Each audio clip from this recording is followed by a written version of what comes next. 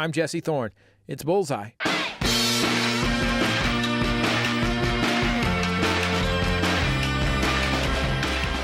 Wanda Sykes is a world-class comedian, a genuine legend. She won an Emmy for her writing on The Chris Rock Show. She's also earned accolades for her stand-up and for her work as an actor, with recurring roles on Blackish, Broad City, and Curb Your Enthusiasm. We just got word that Wanda will be starring in a special 90-minute live performance of All in the Family, the groundbreaking Norman Lear sitcom. It airs later this month on ABC. She's going to play Louise Jefferson. When we talked in 2016, we kicked things off from one of our favorite Wanda recordings, 2009's I'ma Be Me. Isn't it funny that the only time your race or gender is questioned is when you're not a white man?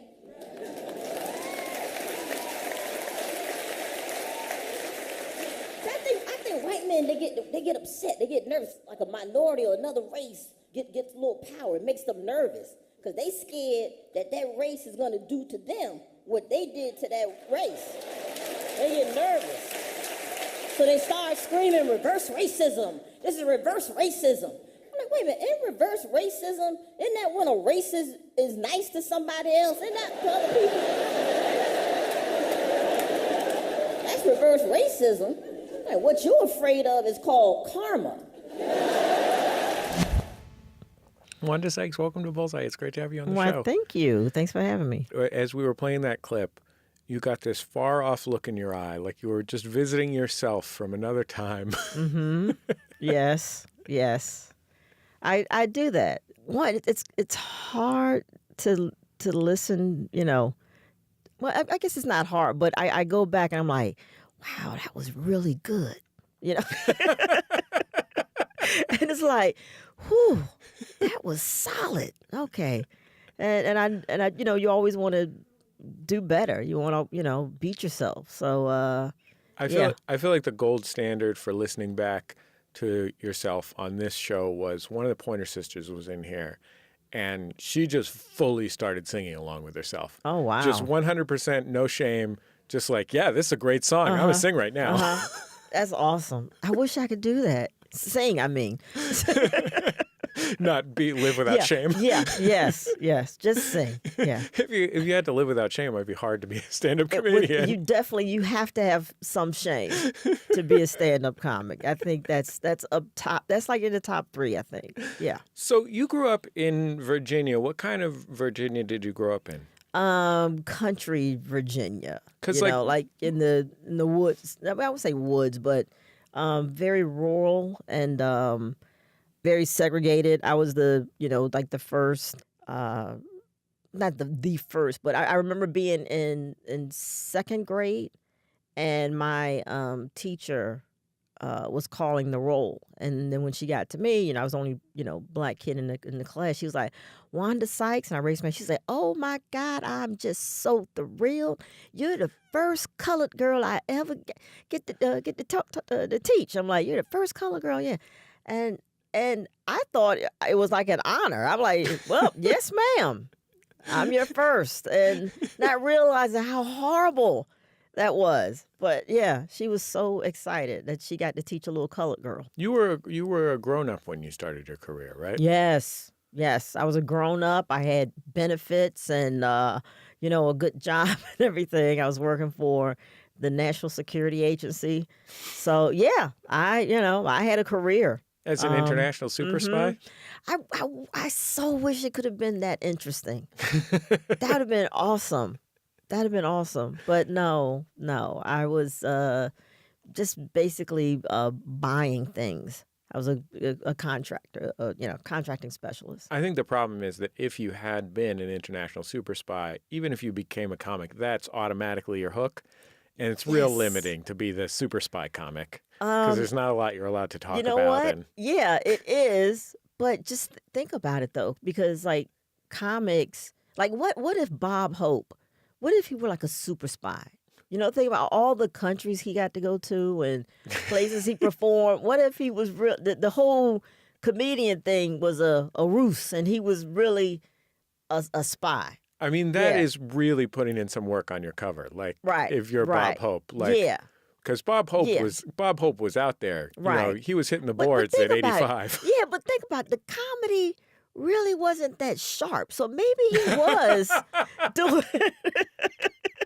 Like the It's reason. like, how is this guy this famous? I think if you're my Yeah. generation, you grew up wondering why people liked Bob Hope. Exactly. Yeah. And Yeah. like, oh, it was a government-sponsored It was initiative. Yes. All propaganda. You grew up in a military family, right? Yes. Was Yes. was it the kind of military family that I imagine when I imagine a military family, like everybody is really serious No. and you have to do things in a specific way or that kind of thing? No. We were so not that family that my father, he never wanted us to live on base. We always lived off base. Um, and I think that was good. He looked at it as the military, that was his job. And so he went to the military base and did his job, and he would come home, and we had, regular household. So, Was he always around? Was he ever? You were born in the mid '60s. yeah. Was he ever overseas or elsewhere? He had some like times where he went away, but it wasn't for like an extended period of time where we had to travel with him. Yeah, well, I don't know. I mean, I look at other friends who are military families, and they're off to Germany and Japan and all these Korea, all these crazy places, and we pretty much went from Virginia to Maryland. And that was it. My dad did the rest of the traveling. But like I said, the most like 6 months was like the longest I remember him going away. Was there an expectation that you would just have the kind of job that you get and you accrue seniority points and you get benefits and you are, stable for the rest of your life? Well, that's the way it should have, played out. That I was on that path of this is your career. And then I could have actually looked at the date that I, could retire. And I just couldn't do it. I stayed there for about, I think I worked at NSA for about 6 years. And I was moving up. I was getting my promotions, when they were expected. But I just knew it just was not what I was supposed to be doing. Why not? I just wasn't into it. I'm a pretty passionate person, and the first few years I was into it, and then I was like, I don't like this. I don't even want to do it anymore, and I'm no longer on top of things the way I should be. I knew I was doing a crappy job, and I was like, I got to get out of here because this isn't the place where you should be slacking off, and also I would like look at my time card. And if I saw I had, accumulated like 4 hours of leave, I would take it right then. I would go, hey guys, I'm out. You're using your vacation days to go to the movies? Yes, I would have to leave. Like I gotta get out of here. It's Bullseye. I'm Jesse Thorn. My guest is Wanda Sykes. She's a veteran stand-up, writer, and actor. What was it like the first time you went on stage?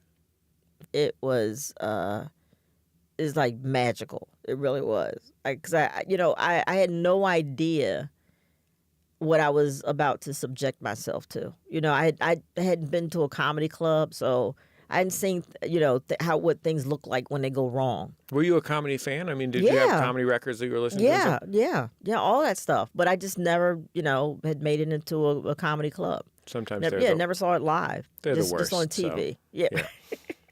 So I got on stage and I was so loose and had my material and I killed. I did great. And I was like, this is it. This is exactly what I'm supposed to be doing. This is it. You're really bold on stage. And I know some comics who are as bold in life as they are on stage. I know outspoken comics who will just, you're just walking down the street and they'll tell you what they think. I think I probably know more bold comics who are very different on stage than they are in their life. And being on stage is kind of like in some ways their ideal version of themselves, or at least their most performative version of themselves. Which one is the case for you? I'm bold on stage. Off stage, I want to say play by the rules, but if I have I'm like, if I have a seat number, if I go to an event and this is my seat number, I have to sit in that seat. I'm not the one that, friends like, oh, look, there's some seats down there. Let's go sit down there and we're, get a better seat. I'm like, oh, no, no, no. I have to, unless someone from the venue comes and tells me, hey, come down here, I will stay in my seat. What do you do if somebody's in your seat? That I do ask them. I'd say, hey, man, it's in my seat. One time I was at a concert with my mom. It was a rap concert, and my mom was probably 60 years old at the time. And what in the world are you doing with your mom, 60 years old? My mom likes at a rap. My mom likes rap music. I mean, she's not like the #1 rap fan in the world, but she likes it, and she was happy to go with me. Oh, that's cool. And she fully almost got in a fight with a lady in front of me. Just full on, almost and my mom's pretty big and tough. Like, I think this lady was maybe in her late 20s. And like, I feel like my mom could have took that lady because this big tall lady just came and stood in front of my mom or something. I can't even remember what happened. I don't even know what was going down. If the woman was like in her 20s and your mom's in her 60s, your mother would have whooped her butt. I'm telling you, your mom would have. It's like that old Richard Pryor joke. I'm not gonna let you build a reputation on me. Your mother had everything at stake. She's like, I'm not gonna let some young girl beat my butt right. No, I'm taking her down. Your mother, oh my God, your mother would have gave her such a beating. Tell you. And in front of her son, oh my gosh. That poor woman, she has no idea what she avoided that night. Your mother would have abused her. At what point in your stage career did you feel like you were doing it right? Like you had found what you were supposed to be doing? Did it come right away or did it take a while? Yeah, it definitely took a while. Because before, I always think all stand-up comics, well, I'm not saying all. I hate when I use words like that. But most stand-up comics, they start off as giving you their impression of what a stand-up comic is and what they do. Like, hey, I'm going to talk like this. Like, we all kind of like start out like Jerry Seinfeld, I think. But in your case, it's a Jerry Seinfeld who's doing like a walking in place elbow movement. Yeah, it's this thing, Yeah, it's that. You start off there, and then it's not until that you get confident and you have a point of view. Because first it's about just getting the cadence and the construction of, okay, this is a joke, and I know how if I say things this way, it's funny. And then once you get, like I said, the confidence and the point of view, then you can start revealing a little bit more of yourself. Because at first, if you bomb and you're just doing jokes, you can go, oh, people didn't like my jokes. But if you start showing some of yourself, then it gets serious. It's like, oh my God, they don't like me. They don't think I'm funny.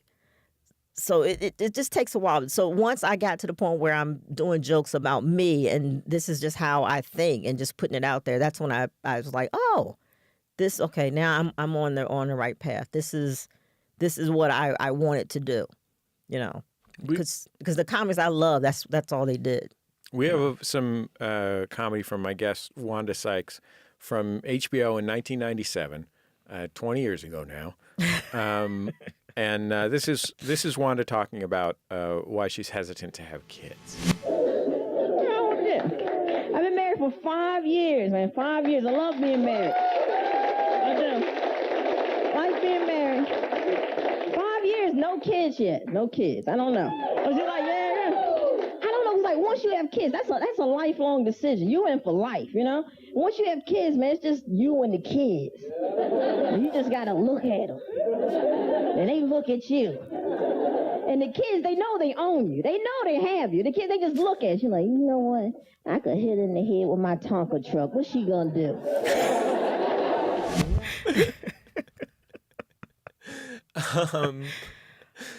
So did you at that time, do you think, love being married? Back then, yeah. I mean, I'm sure I did. I got married, so yeah. But then again, I got divorced. So I had good intentions. Did you think of yourself as being gay? Back then, no. No. How did you No. think of yourself? A married straight woman. Did you have misgivings about it?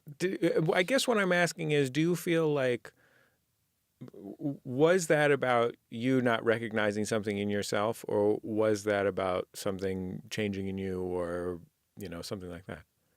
I think it was definitely about not recognizing something about myself. Yeah, totally. Totally that. Because, all those things, maybe when I was a kid, it was there, but with just the upbringing and everything, you gotta suppress that stuff. Did you feel like You don't have to. I'm just saying back then that's what I had to do. So and then I was like, okay, so yeah, I'm into guys, and just started dating guys and all along, and and then get married and all, and but the problem is that those relationships, although I felt like I was in love and got married and everything, but the relationships, there's just a certain place that I could only go to, and after that, it's this. Well, this is about it for me, Because I know like just about everyone, every guy that I'd been with up to that point, they all said the same thing, that I just feel like that I could walk out the door right now, and you wouldn't give a damn, and I would just think in my mind, I was like, you know what? He's kind of right. Like, I would be okay. I wouldn't miss a beat. I just keep it moving. To what extent do you think that was about the fact that you were gay and you maybe just weren't as interested in romantic love with guys? Right. And how much was it about the fact that you were gay and kind of protecting something about yourself and couldn't, had a hard time in a relationship having the kind of openness with yourself and your partner that you needed to have? I think it was. I think it was more of the not really aware of. I guess it wasn't not knowing, and then but it was like, okay, wait a minute, why does this keep happening? Why, especially after I tried marriage and all. I'm okay, now wait a minute, why do I keep repeating myself? What's going on? And it was talking to people, actually going to therapy. I think like one night, drinking, whatever, some girlfriends, and I probably tried to make a couple moves on, a couple of my the girls there, and it was like, whoa, where'd that come from? And it's like, yeah, I probably should go talk to someone.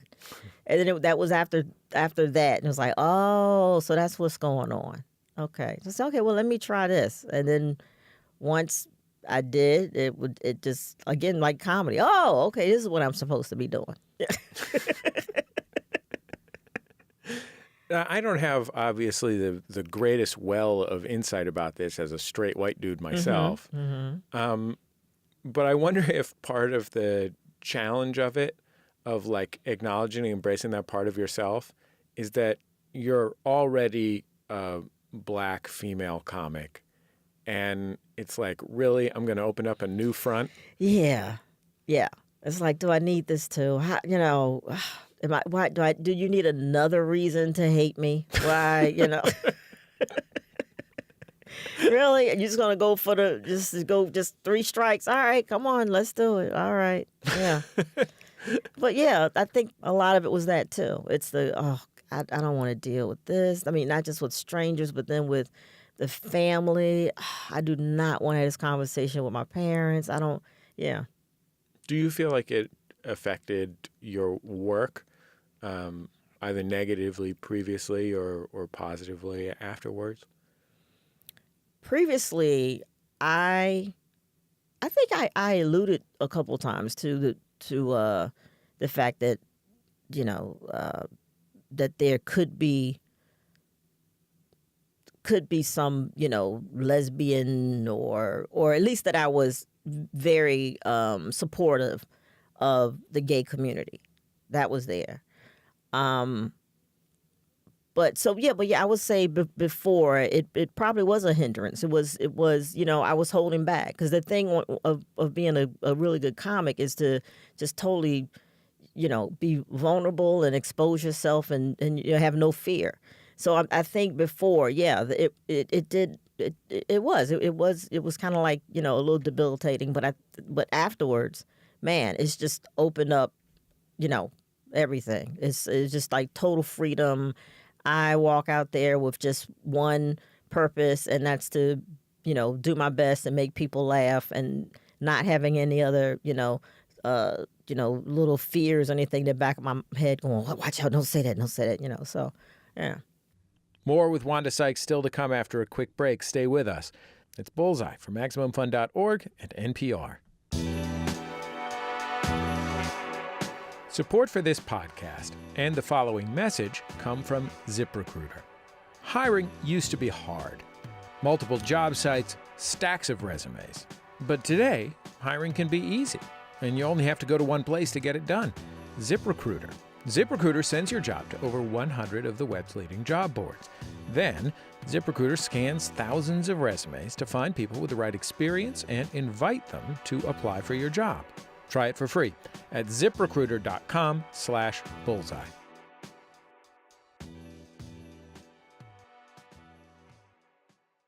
Every day you wake up to that long to-do list. Up First gives you the latest news in about 10 minutes, so you feel all caught up on the world while catching up on your life. And hey, don't forget to walk the dog. Listen to Up First every morning from NPR News. Judge John Hodgman ruled in my favor. Judge John Hodgman ruled in my friend's favor. Judge John Hodgman ruled in my favor. I'm Judge John Hodgman. You're hearing the voices of real litigants, real people who have submitted disputes to my internet court at the Judge John Hodgman podcast. I hear their cases, I ask them questions, they're good ones, and then I tell them who's right and who's wrong. Thanks to Judge John Hodgman's ruling, my dad has been forced to retire one of the worst dad jokes of all time. Instead of cutting his own hair with a Flowbee, my husband has his hair cut professionally. I have to join a community theater group. And my wife has stopped bringing home wild animals. It's the Judge John Hodgman podcast. Find it every Wednesday at MaximumFun.org or wherever you download podcasts. Thanks, Judge John Hodgman.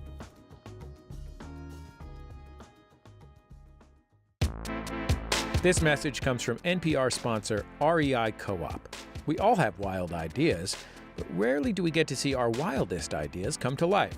Started by adventure journalist Shelby Stanger and brought to you by REI, Wild Ideas Worth Living is a podcast that explores everything from mindfulness in school to adventures in space, overcoming fear and learning how to unplug. Ideas that started big and wild and never stopped growing. Learn more or listen now. Search for Wild Ideas Worth Living. Welcome back to Bullseye. I'm Jesse Thorn. My guest is comedian, writer, and actress Wanda Sykes. We talked back in 2016. I want to play some comedy from your special from 2003, Tongue Untied. Okay. My guest is Wanda Sykes. So this is Wanda talking about a sitcom that was offered to her. Special, got a show coming out, my own sitcom coming out, and I'm really excited about it because it's an idea that I came up with, And before you get to do a show that you want to do, you got to listen to all they bad ideas, and they had a lot of bad ideas. My agent would call me and she's like, "Wanda, you don't even want to hear this." I was like, "No, tell me, what is it?" She was like, "All right, they want you to play a maid, and you win the lottery, but you love working for this family so much, you continue to be their maid." I said, "Set it up. I want to meet these people so I can slap that dumbass idea right out their head." when you came out, it was almost accidental, right? Like, not that you figured that you would live the kind of life where you do your thing and people know that need to know, and it's just not a big part of your public identity. I thought I would live my life like most people live their lives, like just normal. Just I didn't go there with an agenda to, hey, today is it. I'm gonna come out. Yeah. So what were the circumstances? I was in Vegas, and I think I was playing at Planet Hollywood. And it was the National Day of Protest against the passage of Prop 8 here in California. So I said, okay, guys, come on, everybody, we're gonna find out where the protest is here. Oh, it's at the Gay and Lesbian Center. Okay, let's go over there, and we're gonna be there for the rally. So we were there, and a couple people recognized me and everything. So the woman who was the head of the Gay and Lesbian Center, she's giving a speech, and she said, oh, we have someone here with us, and she's been such a big supporter of the community, and we want to thank her. And I'm looking around, I'm like, is Drew Barrymore out here? Is it Pink? Drew Barrymore? Who's out here? And she said, so if she would come up and say a few words, that'd be great. And she goes, Wanda Sykes. And I'm like, oh. And then I was like, oh. Okay, they think I'm a supporter of the community. They don't know I live in the community, So I just went up and gave my speech, and next thing you know, before, I get back to my hotel room, my phone is blowing up, and, we just saw you on CNN. I'm like, what? And I called my publicist. I was like, she was like, yep, you're out. Good, great. I'm like, okay. And that was it. It must be a comfort to know that you can walk on stage and not feel like you are catching anyone on the wrong foot when you talk about anything about who you are. Mm-hmm. That you can just go up and be you, right? And people know what they're getting as a comic. Yeah. But early on though, I think a couple people didn't know. I think I did catch a couple people off guard because I, do a show, and it was weird. I've kind of like garnered this audience that comes from, which I love. They've become fans from different shows, or so there's a nice mixture. I have my Pootie Tang fans. They're usually high. That I have, I happen to be straight edge, Wanda.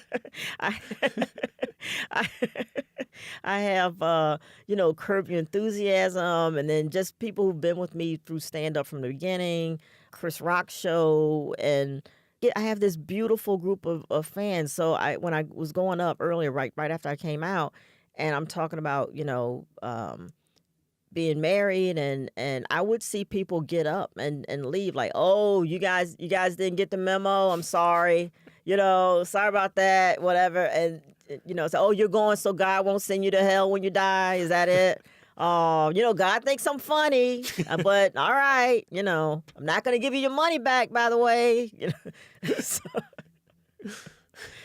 but yeah. Well, I'm glad that you brought up Pootie Tang because I've just been waiting for an opportunity to talk about it extensively. Okay. So basically, along with the film Babe, Pig in the City, probably the most important thing on this program, maybe a little bit of Wet Hot American Summer, but mostly it's just Pootie Tang talk on Bullseye. Okay. All right. Let's take a listen to my guest, Wanda Sykes, in Pootie Tang, which is like, if you've never seen Pootie Tang, first of all, you should watch Pootie Tang because it's great. But it's kind of like a surreal tribute to blaxploitation, the premise of which is that Pootie Tang, the titular character, is so cool he doesn't actually have to use words. And Biggie Shorty, Wanda Sykes' character, is a streetwalker who has a similar level of self-possession and coolness. And so in this scene, she's on the corner, she's dancing, which is like the main thing she does, listen to her Walkman and dance around on the corner. And a guy asks her how much. Right. Huh? What you want?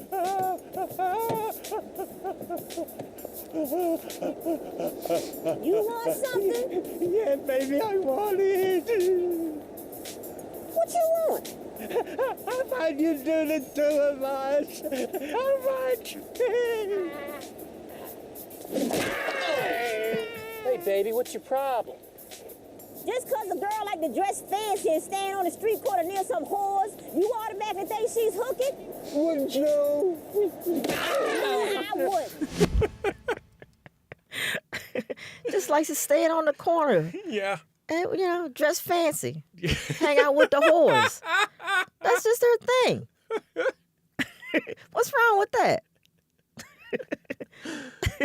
One of the things that's so great to me about Pootie Tang, I mean, besides just this, it's just one of the funniest things, albeit a little bit of a mess, but a lot of a mess, but real funny. And one of the things that's really great about it, something that it's rare that you get to see a comedy that is mostly African-American performers where they are being really silly. Yes. Yeah.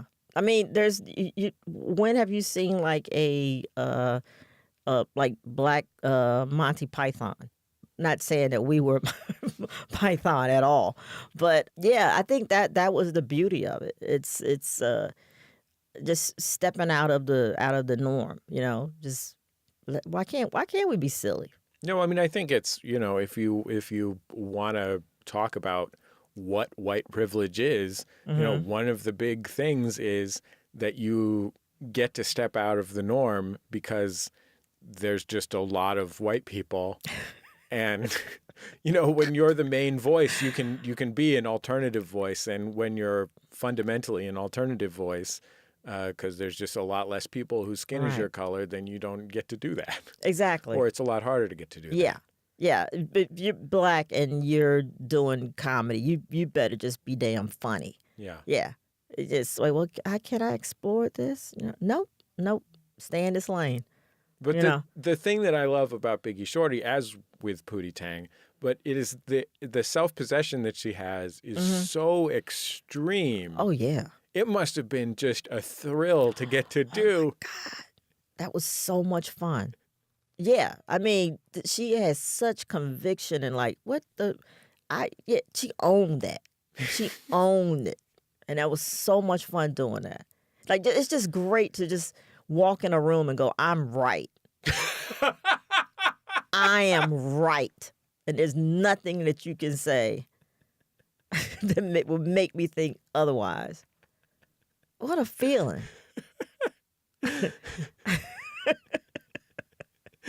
Wanda Sykes, I so appreciate you taking the time to be on Bullseye. Thanks for having me. Genuine honor to have you on the show. So admire your work. Thanks a lot. Thanks for having me.